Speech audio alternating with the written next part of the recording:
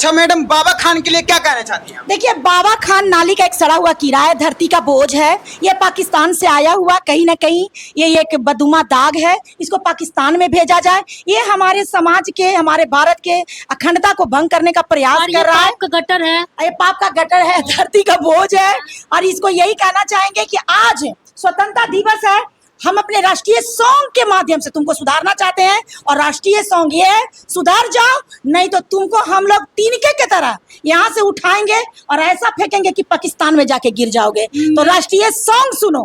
मेरा मुल्क मेरा देश मेरा ये वतन, शांति और उन्नति और प्यार का चमन, इसके वास्ते निशारे है मेरा मन।